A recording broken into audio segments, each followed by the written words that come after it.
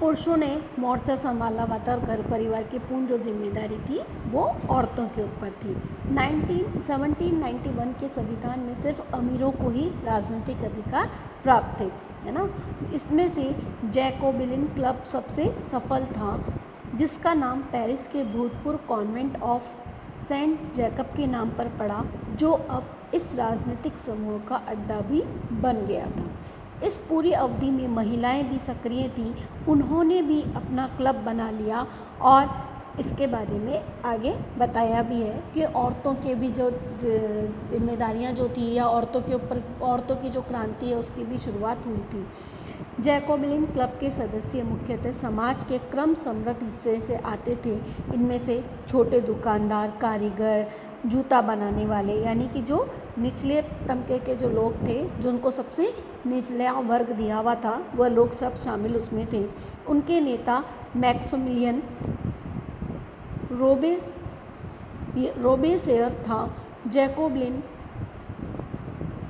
जैकोबिनों के एक बड़े वर्ग ने गोदी कामगारों की तरह धारीदार लंबी पतलून पहनने का निर्णय किया, है ना। ये जैसा नज़र आ रहा है इस प्रकार से पतलून पहनने का निर्णय किया। ऐसा उन्होंने समाज के फैशन प्रस्त वर्ग, खास तौर से घुटने तक पहने जाने वाले बिचर्स पहनने वाले कुलीन से खुद को अलग करने के लिए किया था। यानी कि जो लोग जैसे हाफ पैंट वगैरह जो पहनते हैं उनसे अलग करने के लिए, अपने को अलग बताने के लिए, पहचान देने के लिए उन्होंने ऐसा किया था।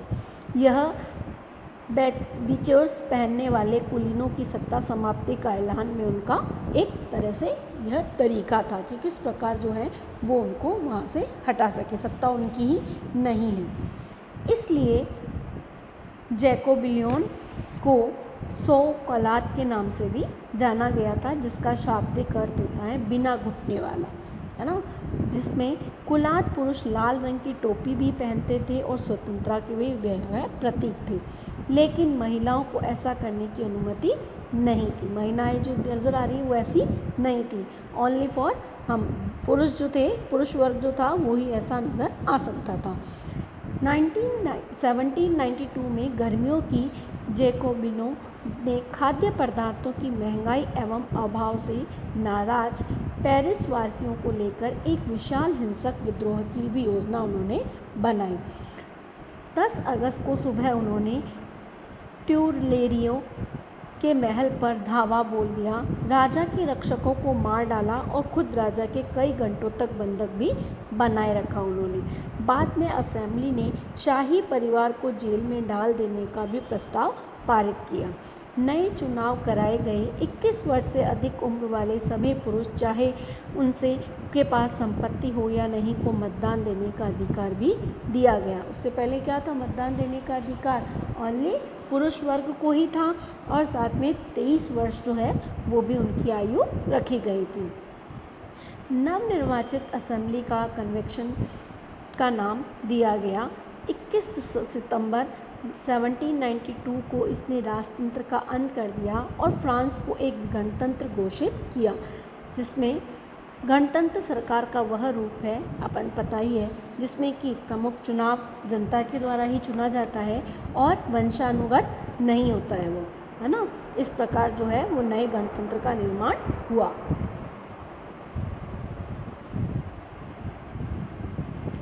राजा लुईस 16 को न्यायालय द्वारा देशद्रोह का आरोपी कहा गया और उसे मौत की सज़ा दे दी गई। 21 जनवरी 1793 को फ्लेस डी लॉ कॉन्ट्रैक्ट को सार्वजनिक रूप से उसे फांसी दी गई। जल्द ही रानी मैरी एंतोनेट का भी वही हश्र हुआ। आतंक जो फैला हुआ था उसके कारण सन 1793 से 1794 तक के काल को आतंक का युग भी कहा गया है। रोबेस्पियर ने नियंत्रण एवं दंड की सख्त नीति अपनाई। उसके हिसाब से गणतंत्र के जो भी शत्रु थे, कुलीन एवं पादरी, अन्य राजनीतिक दलों के सदस्य, उसकी कार्यशैली से असहमत रहने वाली पार्टी सदस्य, उन सभी को गिरफ्तार कर जेल में डाल दिया गया। जो दो वर्ग थे, उच्च वर्ग जो थे, अमीर लोग जो थे, जो पादरी लोग थे, उन लोगों को क्या किया, अब कुलीन वर्ग और पादरी वर्ग को जेल में डाल दिया गया और उन्हें क्या कहा गया, देशद्रोही के नाम से बताया भी गया। यदि न्यायालय उन्हें दोषी पाता तो गैलीटॉन से चढ़ाकर उनके सिर पे कलम कर दिया जाता, यानी कि उसे मार देते। वह 2 खंभों के बीच लटकते आरे वाली मशीन था जिस पर रखकर अपराधी का सिर धड़ से अलग भी कर दिया जाता था, है ना। उनको फांसी की सज़ा, यानी कि वह एक तरह से क्या थी, मौत ही थी, जो कि उनको काट दिया जाता था। इस मशीन का नाम का आविष्कार डॉक्टर गेलोटिन के नाम से ही पड़ा है। इसी ने इसका आविष्कार किया था, इसलिए इसका नाम यही रखा गया है। रोबेस्पियर सरकार ने कानून बनाकर मजदूरी व कीमतों की अधिकतम सीमा तय कर दी। गोश्त व पाव रोटी की राशनगिरी भी कर दी गई थी। किसानों को अपना अनाज शहरों में ले जाकर सरकार द्वारा तय कीमतों पर बेचने के लिए भी बाध्य किया गया। अपेक्षाकृत महंगे सफ़ेद आटे का इस्तेमाल पर रोक लगा दी गई।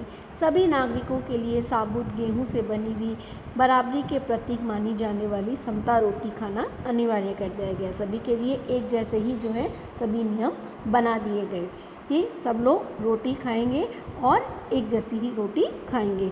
सबको जो अधिकार थे कि वह लोग अपना जो माल था वो बाज़ार में जाकर बेच भी सकते हैं। बोलचाल और संबोधन में भी बराबरी का आचार व्यवहार लागू करने की कोशिश की गई। परंपरागत मान्योस महाशय, मदाम, महोदया के स्थान पर अब सभी फ्रांसीसी पुरुष व महिलाओं को सितोयनी नागरिका के नाम से संबोधित किया गया, यानी कि नागरिक और नागरिका कहा गया। चर्चों को बंद कर दिया गया और उनके भवनों पर ब्रेक या दफ्तर बना दिए गए, यानी उनके वहाँ पर जो है कुछ जो है वो दफ्तर बना दिए गए थे।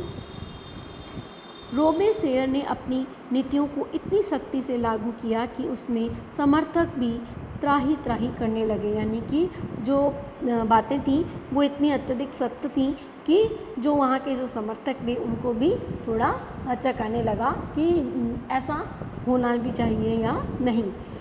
अंततः जुलाई 1794 में न्यायालय द्वारा उसे दोषी ठहराया गया और गिरफ्तारी करके अगले ही दिन उसे गैलीटॉन पर भी चढ़ा दिया गया, यानी कि उसको भी जो है मारने के लिए वह चढ़ा दिया गया।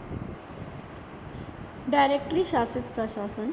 जैकोबिन सरकार के पतन के बाद में मध्य वर्ग के संपर्क तबके के पास आ गई थी सत्ता, है ना। अब जो है वो इस सरकार के बाद में जैकोबिन सरकार के बाद में अब किसके पास में मध्यम वर्ग जो था वहाँ पे सरकार आ गई थी। उन लोगों ने उसको अधीन अपने ले लिया था।